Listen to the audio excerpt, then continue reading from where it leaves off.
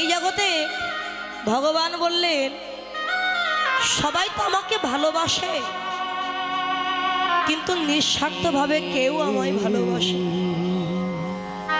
বিপদে পড়লে ভালোবাসে, বিপদে পড়লে আমার কথা মনে পড়ে।